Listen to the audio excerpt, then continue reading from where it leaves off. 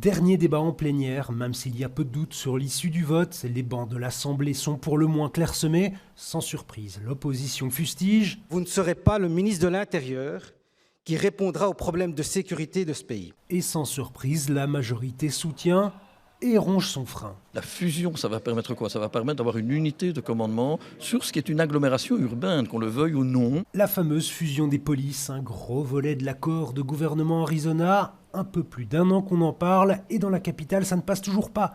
L'Association des communes bruxelloises annonce un recours devant la Cour constitutionnelle. On a proposé des amendements, on a proposé de faire évoluer le texte. Notre constat est malheureusement qu'aujourd'hui, le texte présente encore un certain nombre de problèmes et ne répond pas à nos demandes principales. Les demandes principales, des garanties sur l'autonomie des communes ou éviter de discriminer Bruxelles. Ici, la fusion est imposée alors qu'elle reste facultative dans le reste du pays. Et puis, grande crainte dans de nombreuses communes, leur refinancement ne fait pas partie du texte. Ça, c'est vraiment politiquement prendre tous les risques. Parce que c'est donner, en somme, au parti flamand ce qu'ils voulaient. Soyons clairs, c'est une exigence flamande, on le sait depuis le débat.